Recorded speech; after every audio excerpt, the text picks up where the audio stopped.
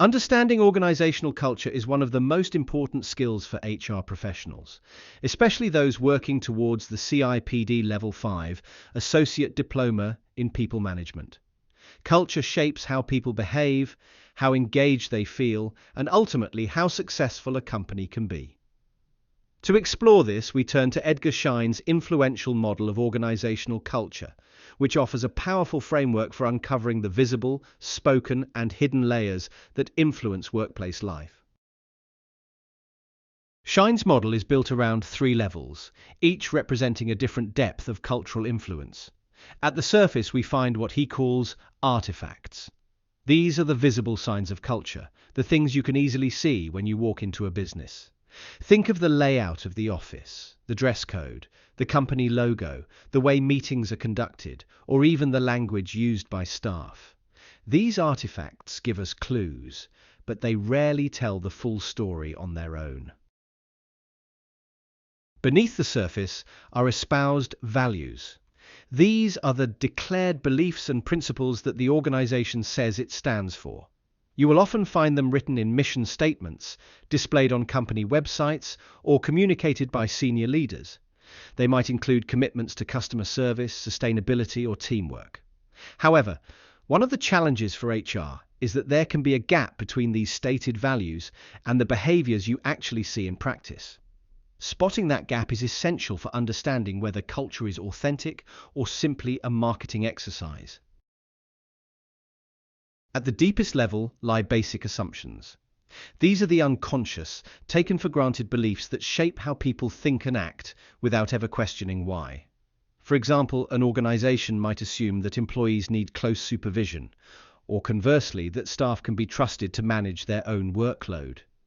Because these assumptions operate below the surface, they are harder to uncover, but they are also the most powerful drivers of behavior. True cultural change only happens when these assumptions are recognized and, if necessary, challenged. So how can HR professionals use this model in practice? One application is diagnosing organizational culture.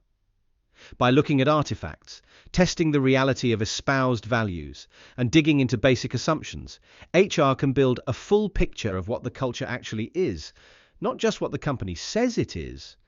This becomes particularly important in moments of change, such as mergers, acquisitions, or restructuring, where cultural clashes often emerge. Another application is driving cultural change. Schein himself argued that changing surface behaviors without addressing deep assumptions will only lead to short-term shifts. For example, you might introduce a new flexible working policy, but if managers still believe that people are only productive when sat at their desks, the culture will resist the change. HR professionals can create opportunities for open dialogue, workshops, and reflective practices that challenge those hidden beliefs and bring them into alignment with organizational goals. The model also helps HR ensure that culture and strategy are aligned.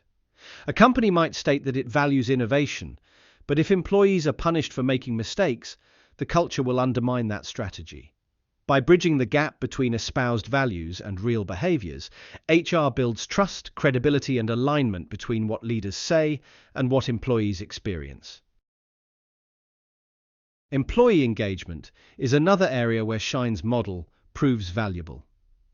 When culture supports trust, fairness, and autonomy, people feel more motivated and connected to their work. HR can use insights from the model to design policies and initiatives that are not just top-down instructions, but that genuinely resonate with how employees see and experience their working lives. In addition, Schein's framework is particularly helpful for promoting inclusion and belonging.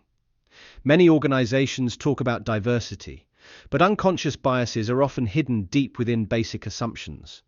By shining a light on these assumptions, HR can move past surface-level initiatives and begin to create workplaces where all individuals feel valued, respected, and able to thrive.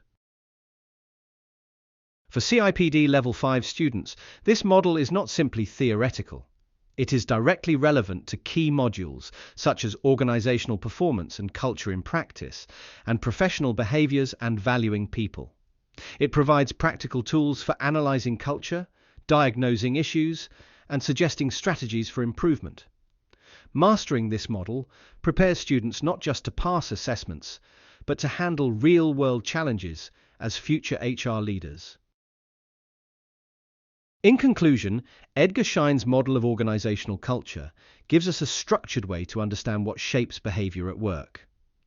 By examining artifacts, questioning espoused values, and uncovering basic assumptions, HR professionals can diagnose cultural issues, design meaningful interventions, and align culture with business objectives. For those aspiring to senior HR roles, this framework is a practical guide to shaping stronger, more inclusive organizations that perform effectively in today's fast-changing environment.